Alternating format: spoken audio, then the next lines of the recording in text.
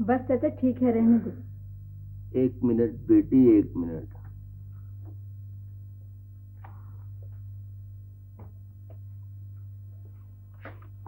अब बस करे ना, आप कोई सोना तोल रहे हैं, दाल ही है ना। 2-4 दाने ज्यादा या कम पड़ के तो क्या फर्क पड़ता है? फर्क पड़ता है बेटी, फर्क पड़ता है।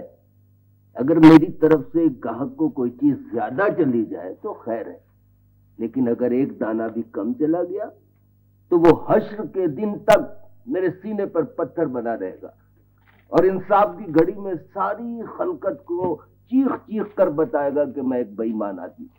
अब्बू, आप भी हद करते हैं, इतनी भी क्या ईमानदारी। अब ठीक है। तुम्हें पता है बेटी, कैंसर कैसे फैलता है?